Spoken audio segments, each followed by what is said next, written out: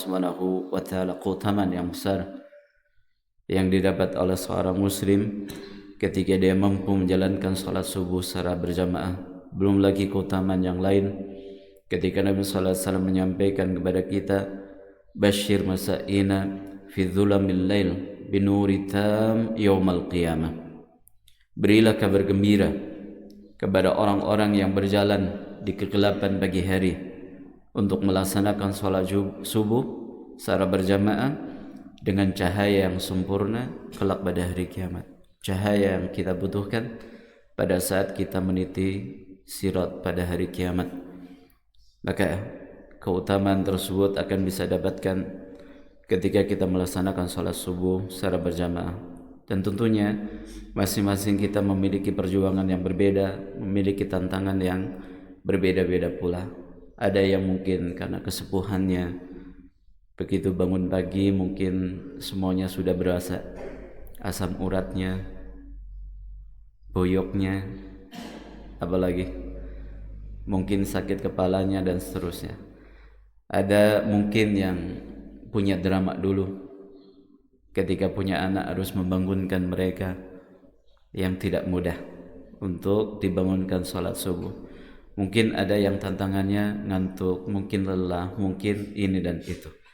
Maka seperti kaidah yang dibuat oleh para ulama, al-jaza min jinsil amal. Balasan akan selaras dengan amal perbuatan.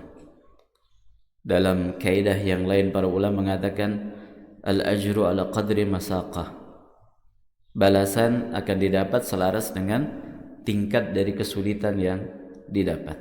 Hawa dingin, mungkin lelah, mungkin sakit, mungkin ini dan itu.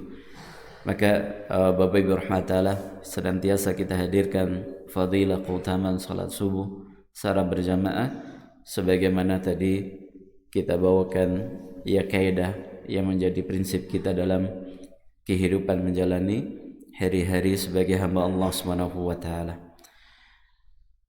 Kemudian yang kedua, tidak lupa kita aturkan salam hormat kita kepada manusia terbaik, Nabi besar Nabi Agung Muhammad sallallahu alaihi wasallam, yang telah menjelaskan kepada kita semua jalan-jalan kebaikan tanpa ada yang tersisa sedikit pun. Sebagaimana beliau telah mengingatkan kepada kita semua jalan keburukan yang bisa mengantarkan pelakunya ke dalam azab yang sebelumnya akan mengalami kesengsaraan di dalam kehidupan ini. Kita bersalawat kepada beliau sebagai bentuk balas budi kita kepada beliau yang sudah luar biasa. Sebagaimana mengucapkan salam adalah bagian daripada ibadah yang mulia. Semoga salat dan salam Allah limpahkan kepada beliau, keluarganya, para sahabatnya dan umatnya yang setia di atas tuntunannya hingga hari akhir nanti. Hadirin yang dirahmati Allah SWT, tema yang akan kita kaji pada kesempatan pagi hari ini adalah ya sedikit belajar bagaimana menata hati. Kata seorang ulama bahwa kita itu adalah makhluk tiga dimensi. Kita adalah makhluk tiga dimensi. Ada jasad, yaitu fisik yang ada di luar ini. Kemudian ada hayat. Kemudian di dalamnya lagi ada roh. Jasad adalah fisik, bagian yang paling luar. Seperti yang kita lihat sekarang. Ini sudah paket dari Allah SWT. Seperti ini adanya.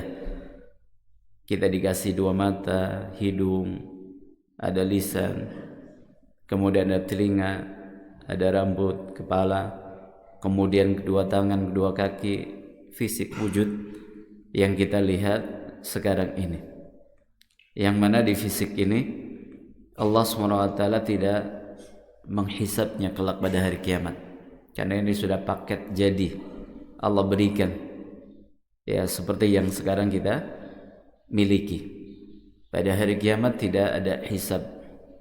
Allah tidak akan menghisap karena fisik kita mungkin orang menilai, ini persepsi kita, okay? Dibuat ada kategori ganteng, ada kategori nggak ganteng, ada kategori cantik, ada kategori nggak cantik. Itu persepsi dari manusia. Tapi Allah jadikan seperti itu. ada rupa, ada warna kulit dan seterusnya. Ini bagian yang paling luar. Masuk ke dalam sedikit ada hayat. Ada hayat. Di mana hayat ini ternyata memiliki 3 bagian lagi. Memiliki 3 bagian. Yang pertama adalah nafsun, yang kedua adalah aqlun, yang ketiga adalah qalbun. Ini di bagian hayat. Ada jasad, ada hayat. Yang di hayat ini ada 3 bagian. Apa tadi? Ada nafsun, ada aqlun, ada qalbun. Lalu masuk ke bagian yang paling dalam. Masuk ke bagian yang paling dalam ada ruh. Ada ruh, yaitu cahaya kebaikan yang menjadi identitas ilahiyah kita. Yang di situ setiap orang mengenal siapa? Tuhan. Di situ orang bisa memiliki pancaran cahaya keimanan. Ini bagian yang paling dalam dan ini sudah pasti baik. Ini sudah pasti baik. Namun cahaya ruh ini terkadang bisa terlihat, bisa tidak terlihat, tergantung nanti di bagian yang kedua. Oleh karena itu, dari 3 bagian ini yang bisa kita kontrol, yang bisa kita kelola ada di bagian yang hayat. Adapun yang fisik nggak bisa kita rubah. Bahkan Allah SWT mengingatkan kepada kita bagian fisik ini supaya kita jaga. Maka hisabnya ada di situ. Nanti hisabnya adalah kita bisa mengemban amanah fisik kita atau tidak. Kan nggak boleh kita rubah. Nggak boleh orang yang fisiknya perempuan kemudian tiba-tiba ingin jadi laki-laki, atau dia laki-laki ingin jadi perempuan. Di zaman kita kan ada, karena canggihnya teknologi. Laki-laki ingin jadi perempuan, perempuan ingin jadi laki-laki. Itu nanti ada hisabnya di sisi itu ketika dia merubah. Adapun selain daripada itu nggak dihisab oleh Allah. Allah tidak akan menghisab karena rupa kita, karena fisik kita. Makanya banyak kita jumpai di dalam nas bahwa orang yang masuk ke dalam surga atau neraka itu bukan karena sebab fisik, bukan karena sebab penyakit yang menimpa fisik kita. Sakit jantung umpamanya, oh itu salah satu indikasi masuk surga umpamanya. Nggak ada. Ada atau tidak? Tidak ada. Ya. Tapi ketika bicara di bagian yang kedua, disitulah ada hisab dari Allah SWT. Inna Allah la yanzuru ila suwarikum wala ila azzadikum, walakin yanzuru ma fi qulubikum. Allah tidak akan melihat, menilai seseorang itu dari jasadnya, dari rupa fisiknya. Tapi Allah SWT akan melihat kepada hati kalian. Berarti dari 3 bagian tadi ada jasad, ada hayat, ada ruh. Maka 2 ini nggak bisa kita kontrol, nggak bisa kita kelola. Yang pertama di jasad, fisik. Yang kedua di ruh, karena ruh ini pasti baik. Dia adalah identitas ilahiyah kita semuanya. Di situ kita bisa mengenali siapa pencipta kita, siapa pemberi rezeki kita. Itu sudah pasti baik. Cuma cahaya ini kadang terlihat bisa menyinari hidup kita, kadang tertutup oleh bagian dan lapisan yang kedua, yaitu apa? Hayatun. Di mana di bagian yang kedua itu ada 3. Di hayat ada 3 bagian lagi, yaitu apa? Nafsun, yang kedua aqlun, yang ketiga qalbun. Nafsun kalau kita terjemahkan dalam bahasa Indonesia sering diartikan hawa nafsu. Dan manusia semuanya memiliki ini. Ini juga bagian daripada paket.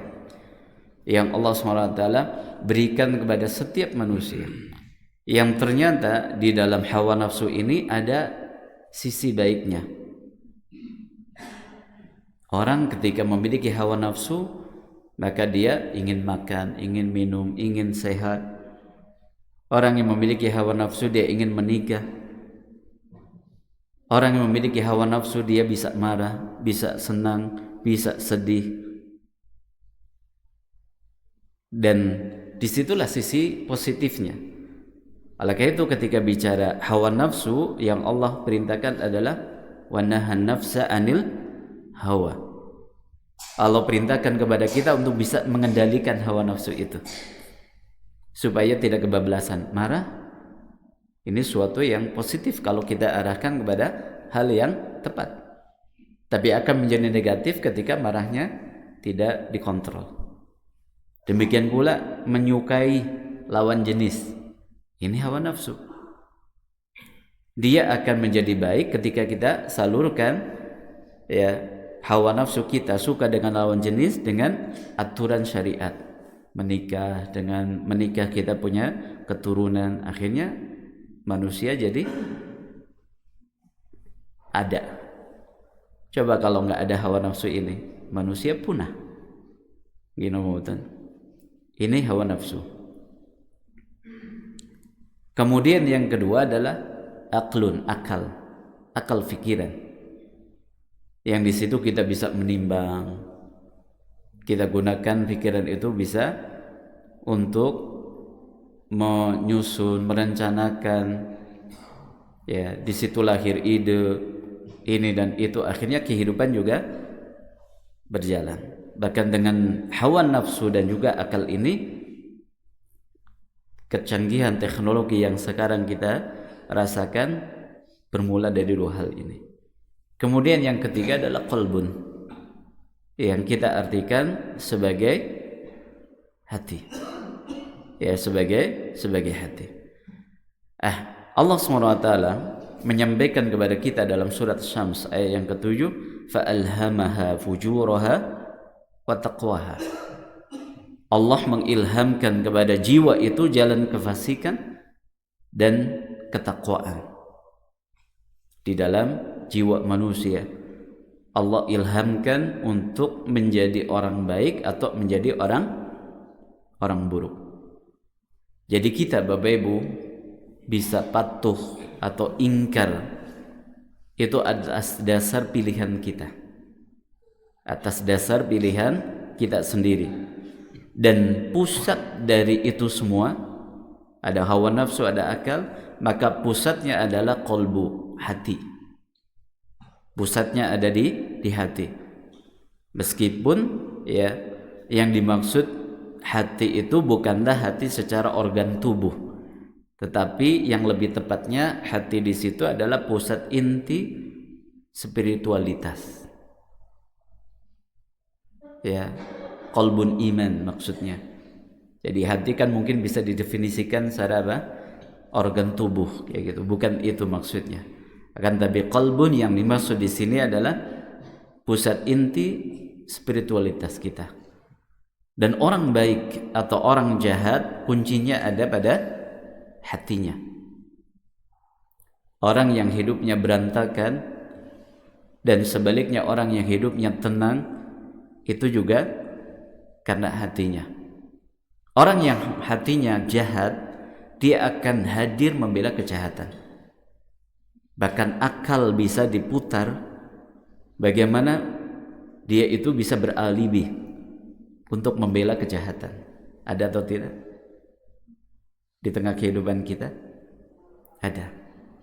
Jadi akal memiliki kehebatan yang luar biasa, tapi dia sebatas panglima. Ibarat dalam sebuah pertempuran dia panglima perangnya. Adapun kuncinya yang memegang kendali semuanya adalah hati kita. Hati. Orang yang hatinya baik, maka dia akan hadir membela kebaikan. Ini orang yang hatinya baik.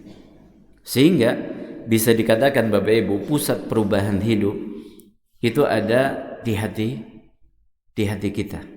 Pusat dari perubahan hidup itu ada di hati kita. Ada orang yang ingin berubah, hidupnya lebih baik, maka dia berpikir mungkin merubah pekerjaan, profesi.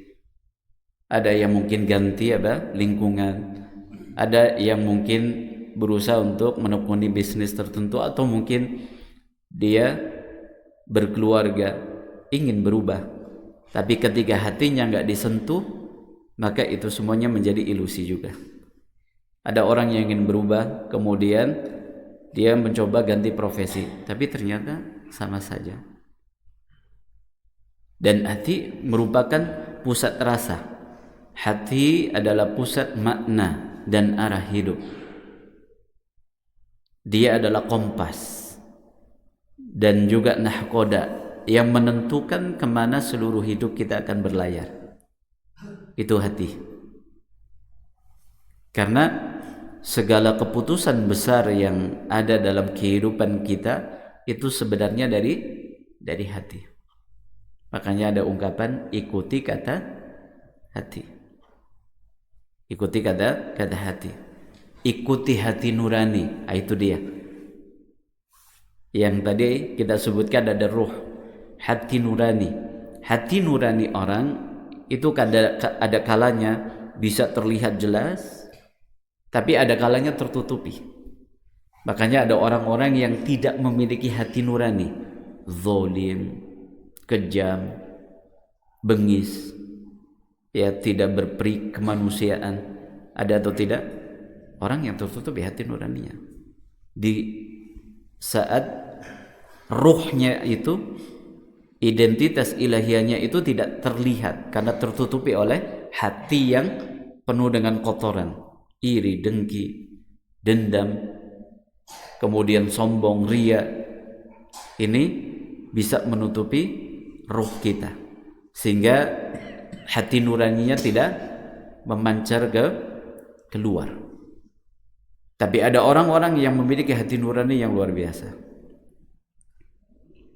Ini adalah hati. Jadi hati bisa bersih sebagaimana bisa keruh dan juga kotor.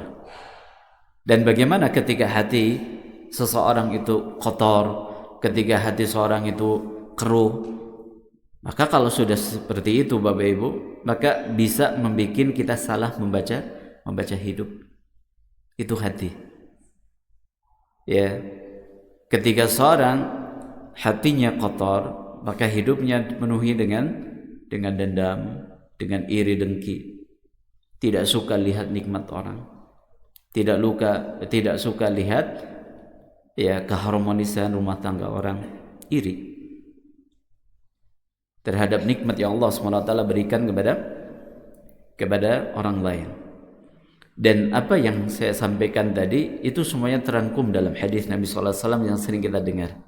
Ala wa inna fil jasadi mudghah idza saluhat saluhal jasadu kullu wa idza fasadat fasadal jasadu kullu ala wa hiyal qalbu. Nabi SAW bersabda, ketahuilah dalam jasad kalian itu ada segumpal daging. Jika ia baik, maka baik seluruh jasad. Baik seluruh jasad, bagian luar itu akan terkerek baik ketika hati kita baik. Sebaliknya, jika ia rusak, maka rusaklah seluruh jasad. Dan ketahuilah segumpal daging yang dimaksud adalah hati. Hati sebagai penentu dari layar kehidupan kita semuanya. Ada orang mengira bahwa bahagia itu dengan harta, bahagia itu dengan sukses, bahagia itu ketika gajinya tinggi, karirnya baik, ketika hubungan rumah tangganya harmonis. Orang mengira bahagia terletak di situ. Tapi ketika hatinya nggak pernah diluruskan, nggak pernah diobati dari penyakitnya, nggak pernah dibersihkan dari segala kotoran dan penyakitnya, tetap. Karena tadi bicara harta, bicara tentang masalah angka, bicara kedudukan, bicara pasangan, bicara keturunan, itu adalah pemberian. Ketika harta diambil oleh Allah, maka hati kita akan terasa sesat, Ketika pasangan hidup ya ternyata tidak setia, maka di situ kita akan jatuh. Ketika ditimpa musibah ini musibah itu, kita akan rapuh.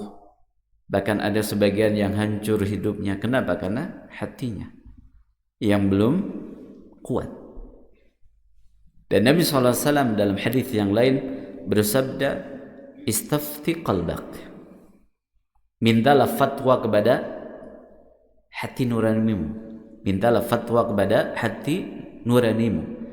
Ini bicara ketika ya kita dihadapkan pada situasi yang pelik. Maka Nabi SAW menyampaikan kepada kita, coba tanya kepada hati nurani. Makanya tadi orang kadang bilang ini adalah kata hati saya. Saya menikah, saya bekerja, ya saya memilih jurusan ini ketika kuliah. Oh saya tinggal di tempat ini, saya nanam ini. Itu mengikuti kata hati. Bagi orang yang hatinya memang bersih. Istafti qalbak.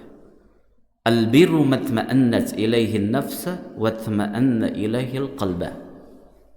Kata Nabi SAW, kebaikan itu adalah sesuatu yang membuat jiwa menjadi tenang dan hati merasa tentram. Kebaikan itu adalah sesuatu yang membuat jiwa menjadi tenang dan hati merasa tentram. Adapun al-ithmu, adapun dosa mahaka fi nafsi wa taraddada fi sadr. Dan kata Nabi, sedangkan dosa adalah sesuatu yang membuat jiwa menjadi gelisah. Itu dosa, membuat hati tidak tenang, resah, dan membuat ragu. Berarti kalau kita perhatikan Bapak Ibu, pusat dari segala rasa yang kita rasakan selama kita hidup, ada resah, gelisah, senang, bahagia, sedih, dan semuanya itu ternyata letaknya dalam hati. Dalam hati. Dan Nabi SAW menyinggung dalam hadis ini, inti daripada ketenangan adalah pada kebaikan. Dan inti dari segala keresahan hidup itu ada pada keburukan.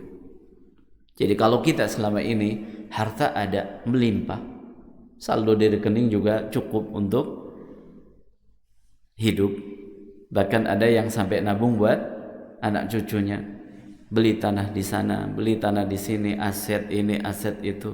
Ketika ditanya buat siapa? Gua anak putu. Cukup. Tapi kenapa hatinya terasa hampa?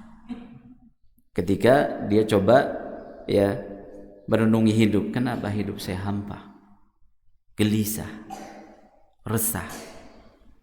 Kenapa? Karena salah dia menilai bahwa kebahagiaan itu, ketenangan itu ada pada bagian luar tadi. Ternyata kebahagiaan ada dalam diri kita. Gak bicara bagian luar. Gak bicara di fisik, gak bicara di harta, gak bicara di pasangan. Betul bahwa itu semuanya adalah sarana. Makanya Nabi SAW mengatakan, ada ba'atun minas sa'adah, ada 4 perkara yang bisa membantu orang bahagia, senang. Salah satunya adalah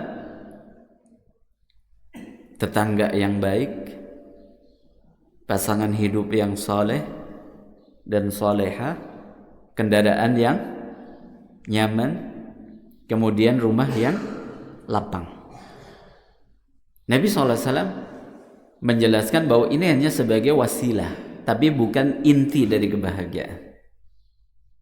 Orang seringkali salah melihat bahwa bahagia dikira di pasangan yang baik semata, atau di kendaraan, atau di rumah yang nyaman. Orang sering mengejar ini untuk bisa hidup bahagia. Tapi kita lihat, ada orang yang pasangannya baik sekali, setia, menurut, akan tapi hidupnya hampa juga.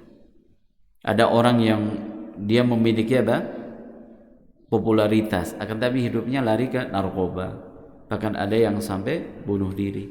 Berarti itu menunjukkan hatinya tidak tentram, hatinya tidak tenang. Oleh sebab itu, Bapak Ibu rahmati taala, belajar menata hati itu menjadi ilmu harian yang wajib terus kita asah. Karena hati sebagaimana namanya al-qalbu, ya, dinamakan hati karena hati ini berubah-ubah.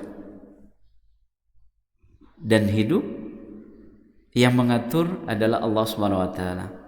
Allah yang menjadikan kita bisa tertawa, Allah yang menjadikan kita itu tiba-tiba sedih, bukan kita yang mengontrol, Bapak Ibu. Kalau kita ingin hidup sesuai dengan aturan yang kita buat, kayaknya kita nggak ingin sedih, nggak ingin gagal panen, nggak ingin harga hasil pertanian di bawah standar nilai kita, angka kita, inginnya kita. Tapi apakah semua rencana berhasil sesuai dengan skenario yang kita buat? Nggak juga kan? Nah, ini dia Bapak Ibu. Jadi memang menata hati ini menjadi ilmu harian yang wajib terus kita asah. Dan tahukah kita bahwa alur dari semua yang kita rasakan selama ini itu bermula dari pikiran. Ketika pikiran mempengaruhi perasaan, orang yang terbawa oleh arus pikiran yang ada di akalnya, di kepalanya, itu akan mempengaruhi perasaan, sedih, senang. Kan kadang ada orang tiba-tiba senang, tapi ada orang sekalipun fasilitasnya lengkap sedih karena terbawa oleh apa? Pikirannya sendiri. Jangan-jangan begini, jangan-jangan begitu. Apalagi kalau sudah sampai overlap, negative thinking. Dan salah satu bentuk buruk atau pikiran buruk yang paling buruk adalah suudzon billah.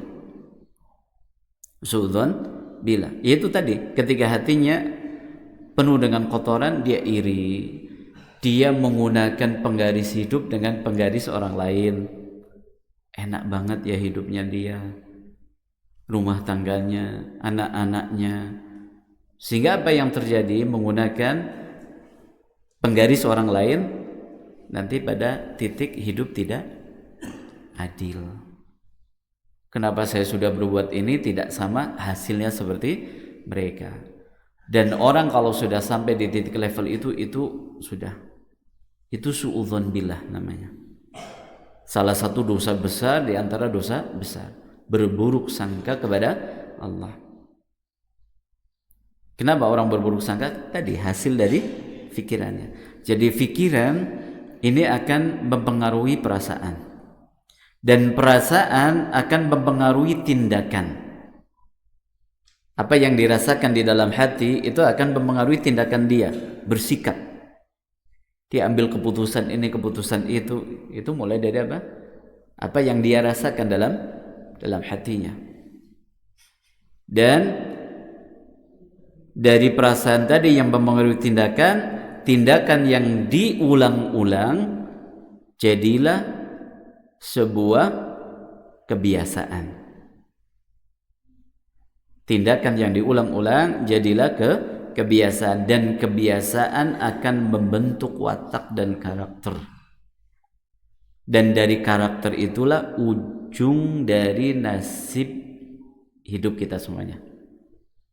Lihat perputarannya. Jadi dari pikiran memberikan pengaruh kepada perasaan. Dari perasaan akan mempengaruhi tindakan. Lalu dari tindakan yang diulang jadi kebiasaan. Dan kebiasaan akan membentuk watak, akan membentuk karakter.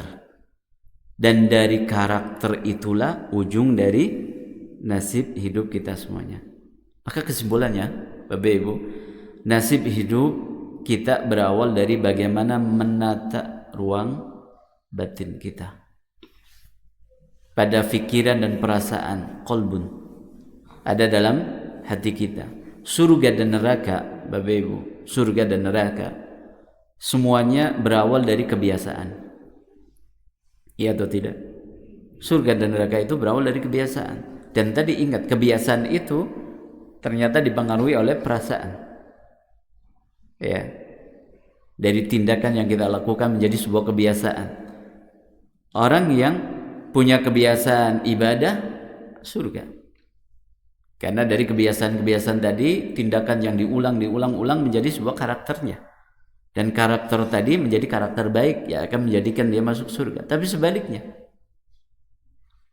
orang yang dipengaruhi dengan keraguan, su'udzon billah tadi, pikirannya yang selalu buruk, berburuk sangka kepada pasangannya, berburuk sangka kepada tetangganya, kepada mertuanya, pokoknya selalu buruk. Maka apa yang terjadi? Ini kan maksiat menjadi sebuah kebiasaan menjadi sebuah watak karakter. Maka ujung nasibnya adalah dalam neraka. Dan kebiasaan dibangun dari tindakan, dan tindakan dipengaruhi oleh perasaan, dan perasaan itu seiring sejalan dengan pikiran. Ini kesimpulannya, Bapak Ibu.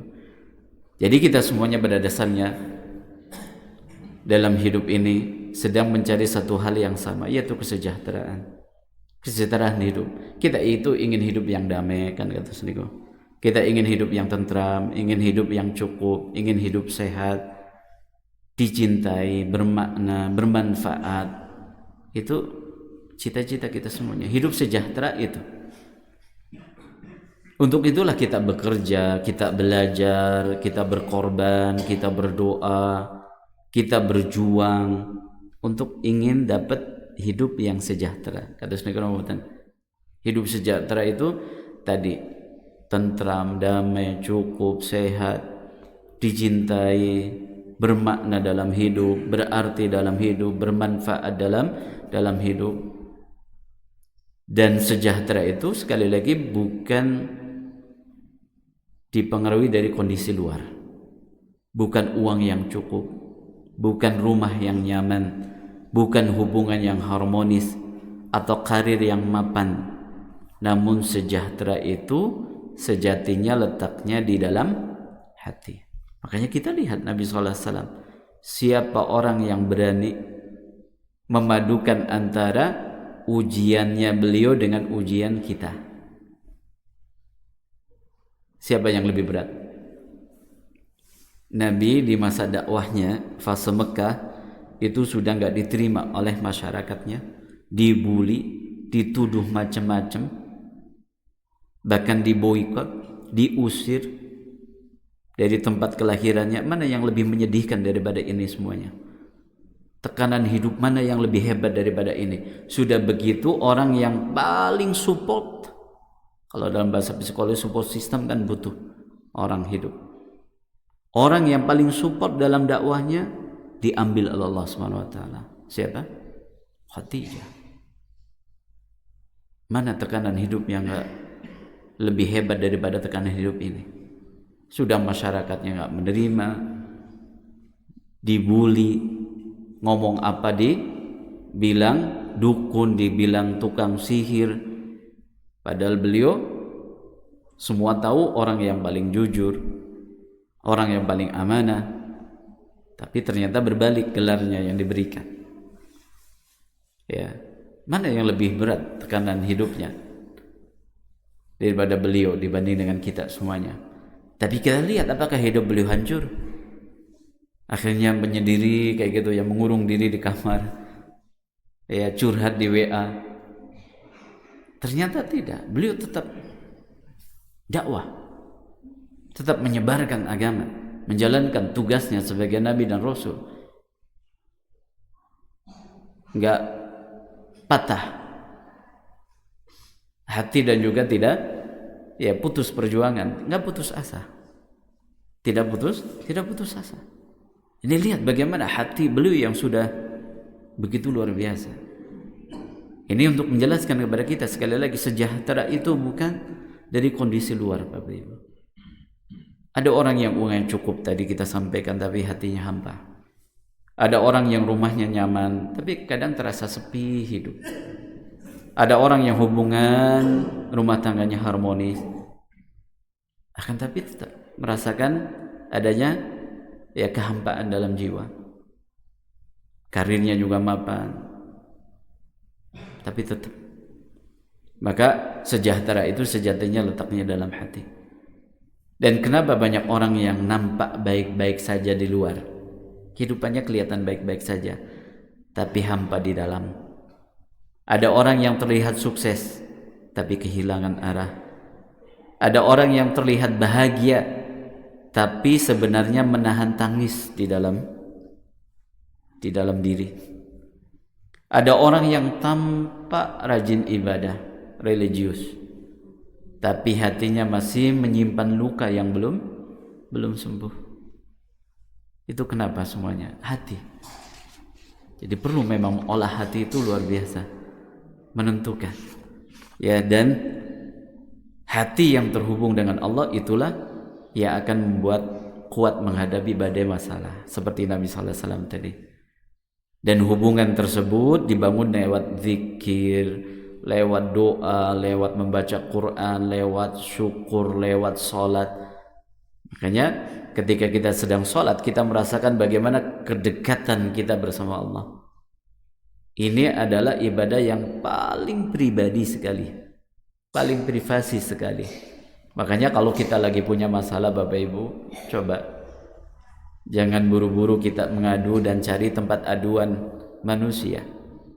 Tapi coba kita ambil air wudhu, lalu gelar sajadah, adukan masalah kita di hadapan Allah. Hanya sekedar mungkin tangis yang keluar itu sudah bentuk aduan. Kita mengadu dan Allah SWT Maha mengetahui apa yang kita rasakan, apa yang ada dalam hati kita, apa yang sedang kita hadapi. Allah Maha mengetahui. Adukan kepada Allah. Ini cara kita membangun hubungan kita bersama Allah SWT. Dan hadirkan sepenuh hati, bukan hanya sekedar ritual, kebiasaan hari-hari. Maka Bapak Ibu Ta'ala, ya renungan bagi kita semuanya di pagi hari ini. Bila hidup kita masih ada yang mudah tersinggung, iri dengan nikmat orang, sulit bersyukur, dan hidup terasa sulit untuk tenang, maka itu bukan karena masalah dunia yang berat sebetulnya, tapi bisa jadi hati kita yang memang terlalu lemah. Hati kita yang terlalu lemah. Dan kita semuanya sering membaca firman Allah SWT, yauma la yanfa'u malun wala banun illa man atallaha biqalbin salim. Pada hari kiamat tidak bermanfaat lagi harta dan juga anak keturunan kecuali orang yang membawa hati yang sehat. Maka banyak-banyak berdoa kepada Allah SWT. Allahumma inni as'aluka qalban saliman. Minta kepada Allah hati yang sehat. Jangan terlalu percaya diri dengan kondisi hati sendiri.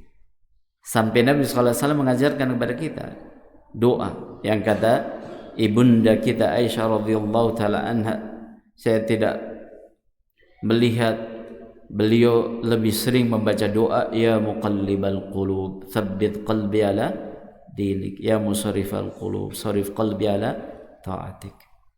Jangan terlalu percaya diri dengan kondisi hati kita. Apalagi kita hidup di zaman yang informasi serba cepat. Semalam saya sampaikan informasi yang serba cepat sekarang Bapak Ibu, ada IE ini yang termutakhir ya. Orang belajar banyak hal dari IE tapi bukan sebagai pembelajar, hanya tahu informasi yang akhirnya perbandingan. Dan perbandingan tadi akhirnya membuat kita lupa tentang siapa diri kita. Ingin mengejar sesuatu, berambisi terhadap sesuatu, kita bandingkan hidup kita dengan mereka. Akhirnya hati menjadi sempit.